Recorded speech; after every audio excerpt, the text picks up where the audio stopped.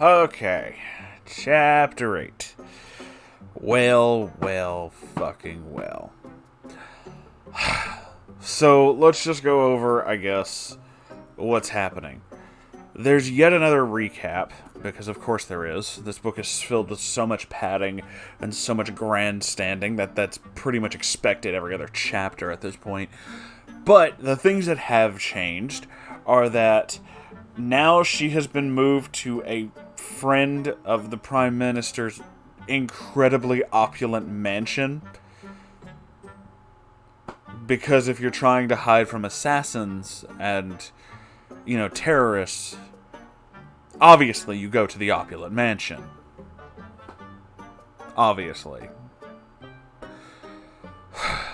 I don't know what purpose this serves aside from he just really wanted his OC to be in an opulent mansion. Oh, also, Steve's not her boyfriend. They're married. I know what you're thinking. Did that happen in this chapter? No, apparently it happened, somewhere in between the chapters. I don't know when it happened. It just happened. And now he's here, in London, or England, somewhere, in the giant mansion. There's also a family that lives in this mansion. It's their house. And the place is so big that they just have, their own, tiny apartment kind of thing in the mansion. And people are now sending her mail. How she got mail to the mansion, I don't know. But apparently, they're sending her mail, and there are checks in the mail because people want to send her money for saving their lives, even though she hasn't really done anything yet. There's a whole explanation about dark matter and gravity and stuff like that, except I'm trying not to comment on that too much because I don't know how much of that is true and how much of that came directly out of Norman's ass. I don't know because I'm not a fucking scientist. I'm a space unicorn who reads terrible books. That's what I do. So, we'll skip the science talk, and if you know more than me, which you may, cool. You can...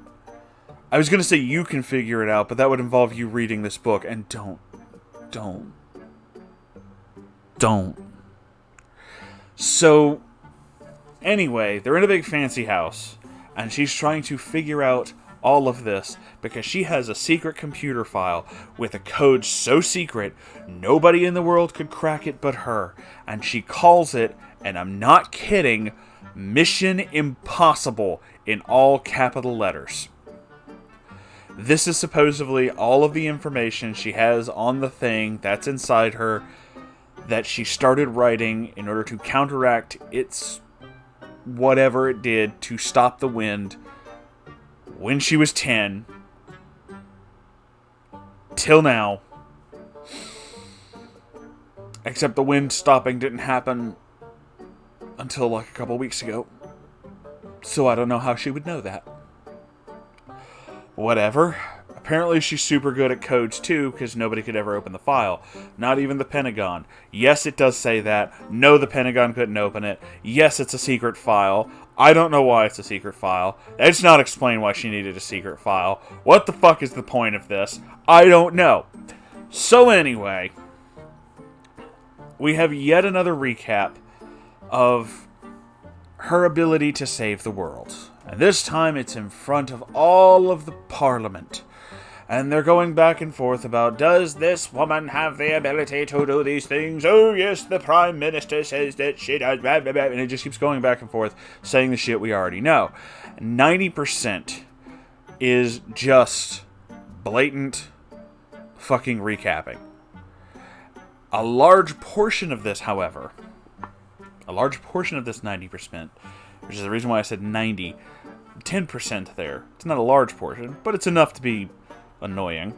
Sprinkled in is the reasoning why the world should trust her to solve this problem.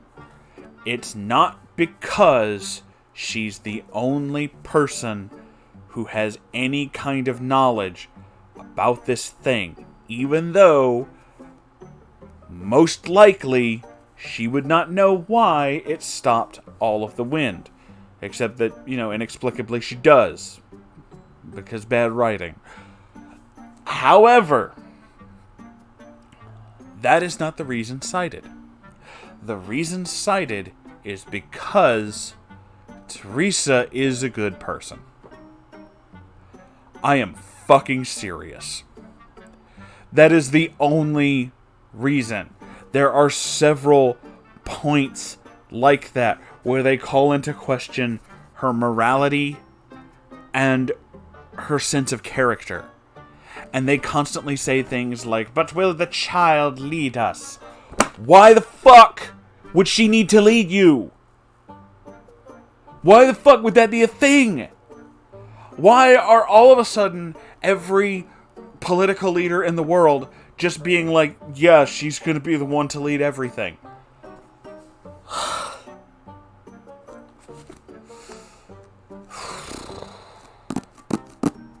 There are several scientists all over the world who've done many kinds of modifications to the genetic structure of certain plants. For example, one of them spent a lot of time researching how to make the corn plant grow in many different types of climate. This would enable the corn plant to grow not just in places like Kansas and Arkansas in the United States, but even places as far south as Mississippi or as far north as fucking Maine. This would also allow the corn plant to grow in places like Africa and Egypt and many places in the Middle East where corn plants and things like this should not be able to grow. It makes the plant more resilient, it makes its reproductive cycle more pertinent and potent. I think potent was the word I was actually looking for. And it makes it a little bit, a tougher, more resilient plant. Why corn? Corn's not just food. It can also be used to make many different things. Corn fibers can be used to make ropes of different kind, fabrics of different kind. This is a multifaceted kind of plant. The ethanol in it can be used to make fuel, which we use today. Certain amounts of ethanol are plant ethanol, which allow fuels to burn and last longer, to burn more efficiently, and all this other stuff. Why the fuck am I talking about corn plants? Because I needed to bring up the fact that genetic scientists work on these things. These scientists are not leading our fucking country! That is what Theresa is. Theresa is a scientist, vaguely, studying this otherworldly being, how to control it, and how to fix a global problem. That does not mean that she is a political leader, a military leader, or any kind of leader in any way, shape, or form. I think Bill Nye is a pretty cool scientist. I don't necessarily think that he would be the best president. These are two different fucking fields that have nothing to do with each other. I have no idea why all of a sudden she's being thrust into positions of power as if she's going to be some kind of great leader. Aside from our ever-present friend, plot convenience. I get the impression that that's going to be a lot of this. I mean, I've said this before in other chapters, that a lot of it is just plot convenience, but I get the impression large portions of this are going to rely heavily on exactly that. No explanation, no understanding, no themes, no callbacks, no referencing, no building, just happens because Empress Theresa.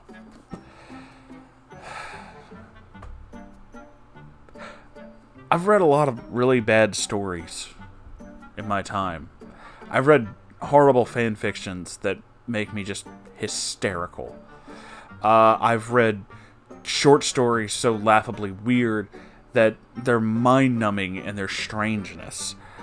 I read 50 Shades of Grey, which infuriated me and brought me to tears of laughter back and forth multiple times. This book is 20% story, okay? and the rest of it is fucking recapping that story. The thickness of this book is a fucking lie. The thickness of this book was artificially inflated so that Norman could look like he sold something really fucking important.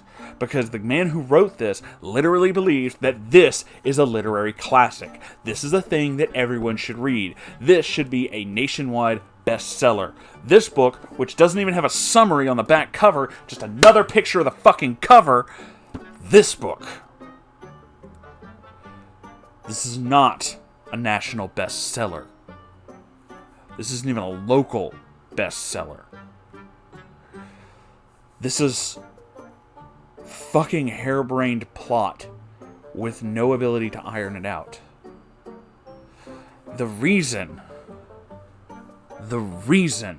you are getting such harsh criticisms on this, Norman, not just from myself, but from people who review works far better than I do, is because you think you're better than everybody else. The only reason anyone is interested in this is your constant narcissism. My man, I'm not even at chapter 10.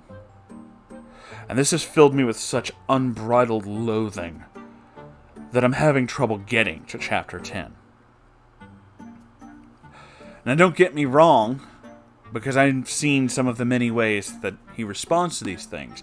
A lot of his responses go along the lines where you just hate the character because she is good and you do not like good things. So that is where you're fucking wrong. There are several stories, especially because a lot of the times I get that criticism, it falls along the lines of religion. Several stories I have read that have religious connotations, applications, and backgrounds to them. I don't hate those. I may not be a huge fan of them, but I can acknowledge their importance, and I can acknowledge their actual achievements.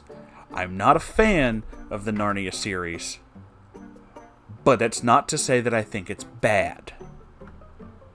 I can tell that it's actually quite good.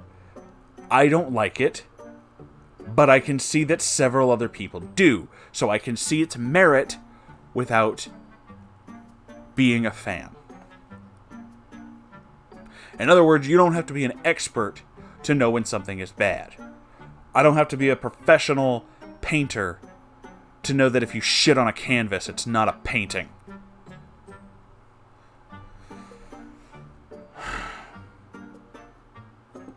This book